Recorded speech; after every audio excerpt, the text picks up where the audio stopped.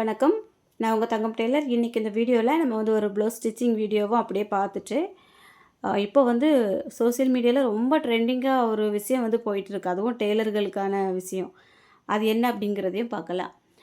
அதுவும் நம்ம வந்து லேடீஸ் தான் இதில் நிறைய பாதிக்கப்படுவாங்க அப்படின்னு நான் நினைக்கிறேன். அ ஒவ்வொருத்தவங்க வந்து அவங்களோட கருத்தை வந்து ஈஸியாக சொல்லிட்டு போயிடுறாங்க. ஆனால் அதை வந்து எந்த அளவுக்கு உண்மை, பொய் அப்படின்னு நம்ம யோசித்து பார்க்குறதுக்குள்ளே பாதி ஆயுசு வந்து முடிஞ்சு போயிடும்.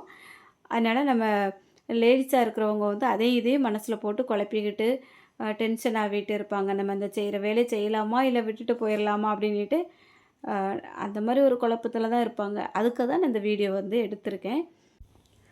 நம்ம வந்து வீட்டிலையே இருந்துட்டு ஒரு தையல் மிஷினை வச்சுட்டு அதில் நம்மளால் முடிஞ்ச அளவுக்கு ஒரு சின்ன வேலை செஞ்சு கொஞ்சம் வருமானம் எடுத்துகிட்டு இருக்கோன்னு வைங்களேன். அது வந்து சின்ன விஷயம் இல்லை, ரொம்ப பெரிய விஷயம். நிறைய வீடியோவில் நான் அதை பற்றி அதிகமாக சொல்லியிருக்கேன். இப்போ வந்து இதை பற்றி தான் போயிட்டுருக்கு. வீட்டில் இருந்து பெண்கள் வந்து தையல் மிஷின் போட்டு தைக்கலாமா, தைக்கக்கூடாதா அப்படின்ட்டு. கடையில் தைக்கலாம், ஆனால் வீட்டில் தைக்கக்கூடாது அப்படின்ட்டு தான் போயிட்டு இருக்கு. இப்போ இந்த வீடியோ பார்த்துட்டு இருக்கவங்க யாரெல்லாம் வீட்டில் இருந்து தைக்கிறீங்க, யாரெல்லாம் கடை வச்சு தைக்கிறீங்க அப்படிங்கிறத கமெண்டில் சொல்லுங்கள். இது வந்து நம்ம லேடீஸ்க்கான முக்கியமான வீடியோ தான். ஏன்னா அதுவும் டெய்லராக இருக்கிறவங்களுக்கு அந்த மனசை போட்டு குழப்பிட்டே இருப்பாங்கள்ல, அவங்களுக்காக எடுத்த வீடியோ. அதனால தான் திரும்பவும் சொல்கிறேன், யார் யாரெல்லாம் எப்படி தைக்கிறீங்க அப்படிங்கிறத கமெண்டில் சொல்லுங்கள். ஒரு சில நேரங்களில் வந்து எதுக்கு இந்த வேலையை நம்ம பழகணும் அப்படின்னு நம்ம மனசில் தோணுனாலும் பரவாயில்ல, இந்த வேலை வந்து பழகுனதுனால நம்ம வீட்டில் இருந்தே செஞ்சுக்கிட்டு இருக்கோம், நம்மளுக்கு அதில் கொஞ்சம் வருமானம் வருது, நல்ல வேலை அப்படின்னு நினச்சிட்டு இருப்பீங்க. அந்த மாதிரி யாரெல்லாம் நினைக்கிறீங்க, தெரியாமல் வேலையை பழகிட்டேன்ப்பா அப்படின்ட்டு யோசிக்கிறவங்க எத்தனை பேர் இருக்கீங்க, எல்லாரும் கமெண்டில் பதிவு பண்ணுங்கள். எதுக்காக அப்படின்னு சொல்கிறேன்னா, நிறைய பேர் வந்து வீட்டில் இருந்து தைக்கிறவங்க வீடியோ பார்ப்பீங்க இல்லையா, அவங்களுக்கு ஏற்கனவே நிறைய வீடியோலாம் பார்த்து மனசெல்லாம் குழப்பிக்கிட்டே இருப்பீங்க. அந்த குழப்பமெல்லாம் தீர்றதுக்கு இது ஒரு வாய்ப்பாக இருக்கும். அதுக்காக தான். இப்போது நம்ம வீட்டில் தையல் மிஷின் போட்டு தைக்கவே கூடாது. அது கணவன் மனைவிக்கு உள்ள பிரச்சனை வரும், கருத்து வேறுபாடு வரும், வீட்டில் குழப்பங்கள் வரும், பண பிரச்சனை வரும். அப்படி நிறைய விஷயம் வந்து சோசியல் மீடியாவில் வந்து ஒரு சில பேர் வந்து சொல்கிறாங்க. அவங்க என்ன அர்த்தத்தில் சொல்கிறாங்க அப்படின்னு தெரியல. குடும்பம் அப்படின்னு இருந்தால் சண்டை வரும், எல்லாமே வரதான் செய்யும். ஒரு நாள் வந்து ஒரு பிரச்சனை வருது, அடுத்த நாள் அதை அவங்க வந்து அப்படி எப்படியாவது சரி பண்ணிடுவாங்க. இப்போ வீட்டிலேருந்து இந்த வேலை செய்கிறதுனால தான் அப்படி வருது அப்படின்ட்டு யாரையுமே சொல்ல முடியாது. ஏன்னா இந்த வேலை செய்யாமல் சும்மாவே வீட்டை பார்த்துட்டு ரெஸ்ட் எடுத்துகிட்டு எனக்கு எதுவுமே தெரியாது, நான் வீட்டை மட்டும் பார்த்துக்கிட்டேன் அப்படின்ட்டு இருக்கிறவங்களுக்கும் வீட்டில் பிரச்சனை வரும். கணவன் மனைவிக்குள்ளே சண்டை வரும். எந்த வீடையாவது நீங்கள் கணவன் மனைவிக்குள்ளே சண்டை வராத வீடு யாராவது ஒருத்தர் தெரியும் அப்படின்னா கமெண்டில் சொல்லுங்கள். எவ்வளோ நல்ல பொறுமையான ஹஸ்பண்டாக இருந்தாலுமே, மனைவியாக இருந்தாலுமே, ஒரு சில நேரங்களில் வந்து புரிஞ்சிக்காமல் ஒரு சின்ன சின்ன விஷயத்துக்காக கூட சண்டை வரதான் செய்யும். இப்போ வேலை எதுவுமே நம்ம செய்யாமல் இருந்தாலும், வீட்டில் வந்து பண கஷ்டத்தினால ஒரு பிரச்சனை வரும். இந்த மாதிரி எல்லாம் போயிட்டு தான் இருக்கும். அதனால் இப்போ மிஷின் போட்டிருக்கிறதுனால தான் எங்கள் வீட்டில் வந்து பிரச்சனை வருது அப்படின்ட்டு யாராவது தெரிஞ்சால் கமெண்டில் சொல்லுங்கள்.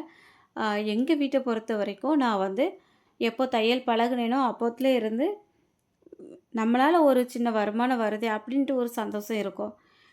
இந்த வருத்தம் எப்போ இருக்கும் அப்படின்னா, நம்ம வந்து ரொம்ப முக்கியமான ஒரு விசேஷமாக இருக்கும். ஒரு கோவில் கொடையாக இருக்கட்டும், இல்லைனா நம்ம ஃபேமிலியில் முக்கியமான இடத்துல நம்ம கண்டிப்பாக அந்த இடத்துல நின்னா தான் முடியும் அப்படின்னு நினைக்கிறக்கூடிய டைமில் கூட, சீசன் டைம்லலாம் பார்த்திங்கன்னா நிறைய துணி இருக்கும், வெளியில் போகவே முடியாது. நம்ம இப்போ ஒரு நல்ல விஷயத்துக்கு போகணும் அப்படின்னாலும் அந்த இடத்துல போய் நம்ம நிற்க முடியாத ஒரு சூழ்நிலையில் இருக்கும். அப்போந்தான் நான் வந்து கொஞ்சம் வருத்தப்பட்டிருக்கேன். கொஞ்சம் இல்லை, நிறையவே வருத்தப்பட்டிருக்கேன். இந்த வேலை செய்கிறதுனால தானே நமக்கு இப்படி ஒரு இடமும் போய் நிற்க முடியலை அப்படின்ட்டு. ஒருவேளை கணவன் மனைவி 2 பேரும் ஒரு இடத்துக்கு போகிறதா இருந்தால், இப்போ நம்மளால் துணிகள் வந்து நிறைய இருக்குது, நம்ம போக முடியலை, நம்ம கிளம்பல அப்படின்னு சொன்னால், நான் இப்போ வர முடியாதுன்னு சொல்லிட்டு உட்காந்துருந்தோன்னு வைங்க, அந்த டைமில் கூட கணவன் மனைவிக்குள்ளே சண்டை வர்றதுக்கு வாய்ப்பு இருக்குது. இது வந்து நார்மல் தான். ஒரு எதிர்பார்ப்பு அங்கே இருக்கும்போது, நம்ம அதை சரியாக கொண்டு போகலை அப்படின்னா, கண்டிப்பாக ஒரு சின்ன பிரச்சனை அந்த இடத்துல வரதான் செய்யும். இந்த மாதிரி எல்லார் வீட்லேயும் நடக்க தான் செய்யும். இந்த மிஷின் வந்து நம்ம வீட்டில் இருக்கிறதுனால தான் இந்த பிரச்சனை வருது அப்படிங்கிறதெல்லாம் அந்த அளவுக்கு உண்மை இல்லை. அப்படி தான் என்னோடய கருத்து. சொல்லப்போனால் நான் வந்து தையல் மிஷின் எப்போ எடுத்து துணி தைக்க ஆரம்பித்தேனோ, அதுக்கப்புறம் என் வீட்டில் வந்து கொஞ்சம் மாற்றங்கள் இருக்க தான் செய்யுது. வருமானத்தை பொறுத்த வரைக்கும் ஹஸ்பண்டோட வருமானம் வந்து கொஞ்சம் நமக்கு வீட்டு தேவைகளுக்கு வந்து சரியில்லாம இருந்தாலும், நம்ம வந்து கொஞ்சம் கொஞ்சம் வேலை செய்றது கூட அப்பப்போ நம்ம தேவைகளுக்கு வந்து கொஞ்சம் பூர்த்தி பண்ற மாதிரி இருக்கு. அப்போ நம்ம வீட்ல வந்து பிரச்சனைக்கு வாய்ப்பே இல்ல. இதே வேலை செய்யாம கையில காசு இல்லாம ஒவ்வொருத்தர்ட்டயா போய் கடன் வாங்கிட்டு இருந்தோம்னு வைங்களேன், கண்டிப்பா பிரச்சனை இருக்க தான் செய்யும். அந்த கடன் வாங்குறத பத்தியே நமக்கு 2 பேருக்குள்ள பிரச்சனை வந்துட்டுருக்கும். இப்படி தான் போயிட்டுருக்கும். ஒரு சில நேரங்கள்ல வந்து நம்ம முக்கியமான இடத்துல போய் நிக்க முடியலையே அப்படிங்கிற வருத்தம் மட்டும் தான் இருக்கும். நான் ஏற்கனவே நெறைய டைம்ல வந்து சொல்லியிருக்கேன். இப்போ இது ஒரு பிரச்சனை இருக்கு. அதுபோக நம்ம வந்து வேலை செஞ்சோம் அப்படின்னா, ஒரு கஷ்டமான சூழ்நிலைகள்லயும் ஒரு விசேஷ வீடுகள் வருது. கொஞ்சம் அதிகமான செலவு வருது அப்படின்னா, கூட கொஞ்சம் வேலைகள இழுத்து செஞ்சோம் அப்படின்னா, அந்த டைம்ல வந்து நம்ம சமாளிச்சிடலாம். அப்படி இல்லைன்னா, இதுக்கும் சேர்த்து வெளியில கடன் வாங்க வேண்டியது இருக்கும். அதெல்லாம் யோசிக்கச்சல நம்ம சரி ஒரு இடத்துக்கு கொஞ்சம் லேட்டா போனாலும் பிரச்சனை இல்ல. ஒரு கூட்டத்தில கொஞ்சம் எல்லாரும் சேர்ந்திருக்க டைம்ல நம்ம கொஞ்சம் அப்படி லைட்டா தலைய காட்டிட்டு ஓடி வந்து நம்ம வேலைகள பார்ப்போம். அப்படிதான் நெறைய டைம் போயிட்டுருக்கோம். வெளில பார்க்குறவங்களுக்கு தெரியாது. அவங்களுக்கு என்ன அப்படின்ட்டு நினைப்பாங்க. இருந்தாலும் நம்ம வந்து அந்த கொஞ்சம் மனசுக்குள்ள கஷ்டத்தோடயே அப்படி போயிட்டு போயிட்டு வந்து நம்ம வேலைகள பார்க்குற மாதிரி இருக்கும். ஏன்னா எல்லாருக்குமே ஒரு இடத்துல ஜாலியா இருக்கிறோம், சந்தோஷமா இருக்கிறோம் அப்படிங்கிற இடத்துல நம்ம வந்து இருக்கிறதுக்கு தான் தோணும். அந்த இடத்த விட்டு வர்றதுக்கு தோணாது. ஆனா அந்த மாரி டைம் எல்லாம் நம்ம அந்த டெய்லர்கள் வந்து கொஞ்சம் அவாய்ட் பண்ணிட்டு நம்ம அந்த இடத்துல இருந்து வர வேண்டியது தான் இருக்கு. இது நெறைய பேரு வேலை செய்றவங்கள்ட்ட கேளுங்க கரெக்ட்டா சொல்லுவாங்க. ஏன்னா, அந்த சீசன் டைம்ல தான் நமக்கு வந்து ஃபேமிலில நெறைய விசேஷங்கள் வரும். அது நம்ம அதையும் பார்க்க வேண்டியது இருக்கு, வேலைகளையும் பார்க்கணும். இப்ப நம்ம வேலை செஞ்சோம் அப்டின்னா, அந்த டைம்ல வந்து எவ்வளோ செலவு வந்தாலும் அத நம்ம கரெக்ட்டா சமாளிச்சு வெளியில கொண்டுட்டு வந்துரலாம். கடன் வாங்க வேண்டிய பிரச்சனை இல்ல. இப்ப நம்மட்ட ஒரே ஒரு தையல் மிஷின வச்சுட்டு நம்ம இவ்ளோ பிரச்சனைகள சமாளிச்சு வெளியில வர்றோம். இப்ப அந்த மிஷின் நம்ம வீட்ல இல்லன்னா நெனச்சு பாருங்க. என்னதான் பிரச்சனை சின்ன சின்னதா இருந்தாலும், நம்ம செய்ற தொழில் வந்து தெய்வம் அப்படின்னு நினச்சிட்டு தான் நம்ம எல்லாருமே வேலை செய்றது. இந்த வேலையே செய்யாம வீட்ல தையல் மிஷினே இல்லாம இருக்கவங்க எல்லாருமே நிம்மதியா இருக்காங்க அப்படிங்கிறத மட்டும் கமெண்ட்ல சொல்லுங்க. ஏன்னா, தையல் மிஷின் கிட்டத்தட்ட யாரெல்லாம் வெளியில தச்சு குடுக்காங்களோ இல்லையோ, அவங்களோட தேவைகளுக்காக ஒரு கிழிஞ்ச துணி தைக்கணும் அப்படிங்கிறதுக்காகயாவது கண்டிப்பா எல்லார் வீட்லயுமே தையல் மிஷின் வந்து வச்சிருக்காங்க இப்போதைக்கு. எனக்கு தெரிஞ்ச வரைக்கும் நெறைய பேர் வீட்ல வந்து தையல் மிஷின் இருக்கு.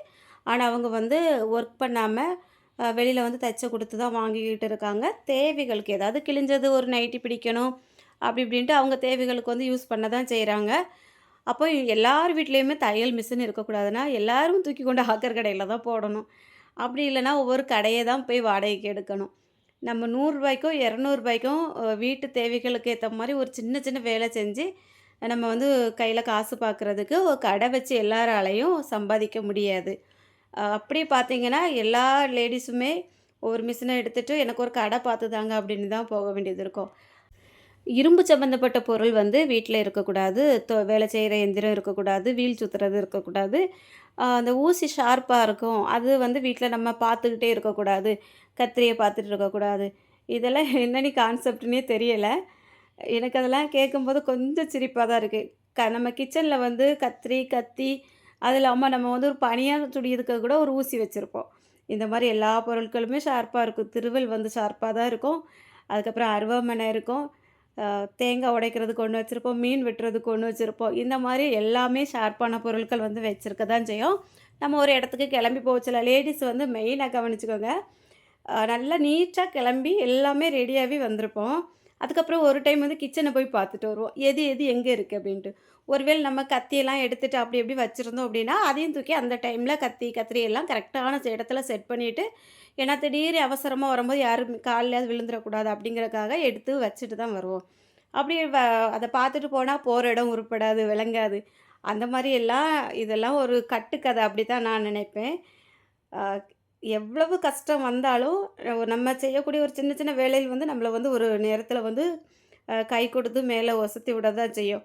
இதெல்லாம் தெரியாம சும்மா என்னத்தையாவது ஒரு கதைய உடியேங்க அப்படின்னுகிட்டு, அதெல்லாம் கேட்டுட்டு நம்ம அப்படியே ஒரு கரையில உட்காந்து, ஐயோ! தையல் மிஷின் வீட்ல இருக்கக்கூடாதா?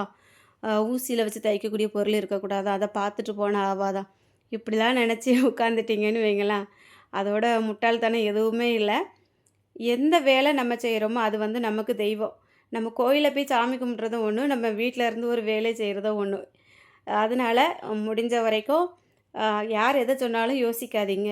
நோய் வராத ஆட்களே கிடையாது. இந்த வேலை செஞ்சா தான் நோய் வருது, இந்த வேலை செய்றதுனால தான் கணவன் மனைவிக்குள்ள சண்டை வருது.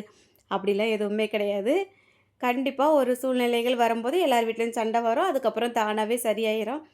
எல்லார் வீடுகள்லேயும் உள்ளது தான். அதனால தையல் மிஷின் இருந்தால் வீட்டுக்குள்ளே பிரச்சனை வரும், கணவன் மனைவிக்கு ஒத்துமை இருக்காது அப்படி மட்டும் நினைக்கவே நினைக்காதீங்க.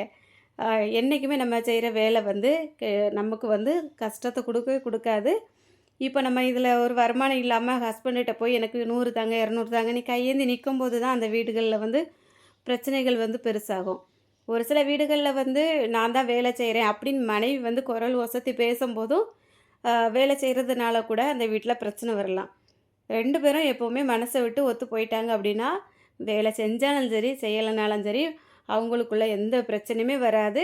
எப்போவுமே நல்லபடியாக தான் இருக்கும். ஒவ்வொருத்தரோட மனசு தான் காரணம். அவங்க சொன்னாங்க, இவங்க சொன்னாங்க, தையல் மிஷின் கிடக்கக்கூடாது அப்படிலாம் இல்ல. என் வீட்டில் 2 தையல் மிஷின் இருக்குது. என்னோட கதை வந்து நிறைய பேருக்கு தெரிஞ்சிருக்கும்னு நினைக்கிறேன். தையல் மிஷின் வந்ததுக்கப்புறமா நான் வந்து துணி தைக்க ஆரம்பித்த பிறகு எங்கள் வீட்டில் நிறைய மாற்றங்கள் இருந்திருக்கு. 2 பேரோட சப்போர்ட்டாலேயும் நாங்கள் வந்து கொஞ்சம் வீடெல்லாம் சரி பண்ணி கட்டினோம். கொஞ்சம் பொருட்கள் எல்லாம் வாங்கினோம். பிள்ளைங்கள நல்லபடியாக படித்து வச்சுட்ருக்கோம். இதெல்லாம் நம்ம மாற்றி மாற்றி வேலை செய்கிறதுனால மட்டும்தான்.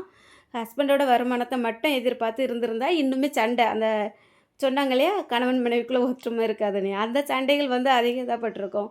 இப்போ அவங்களும் ஒரு வேலை செய்யாங்க, நம்மளும் இதில் ஒரு வேலை செய்கிறோம் அப்படிங்கிறதுனால தான் ஒரு கஷ்டத்தை வந்து நம்ம சமாளித்து கொண்டுட்டு வர மாதிரி இருந்து. அதனால் இதெல்லாம் யோசிக்காதீங்க. எல்லாமே ஒவ்வொருத்தரோட விருப்பம் எதையாவது சொல்லிகிட்டு இருப்பாங்க. உங்கள் மனசுக்கு எது சரின்னு படுதோ அதை கரெக்டாக செய்யுங்க. வலிகள் இல்லாத வேலையே கிடையாது, கஷ்டப்படாத வாழ்க்கையே கிடையாது. எல்லார் வீடுகள்லேயும் வலி இருக்கும், கஷ்டம் இருக்கும், எல்லாமே இருக்கும். கலந்தது தான் வாழ்க்கை. அப்படி இல்லைனா நம்மளும் ஒரு எந்திரம் மாதிரி தான் ஒரு மூலையில் தான் இருக்கணும். அதனால் எதையுமே யோசிச்சுட்டு நம்ம வேலை வந்து செய்கிறதுனால தான் இந்த கஷ்டம் அப்படிங்கிறத மட்டும் என்றைக்குமே மனசில் ஏற்றுக்காதுங்க. வேலையே செய்யாமல் இருக்கவங்களுக்கும் நோய் வரதான் செய்யுது. ஏன்னா இது வந்து இப்போது இந்த காலகட்டத்தில் நோய் இல்லாத மனுஷங்க யாருமே கிடையாது.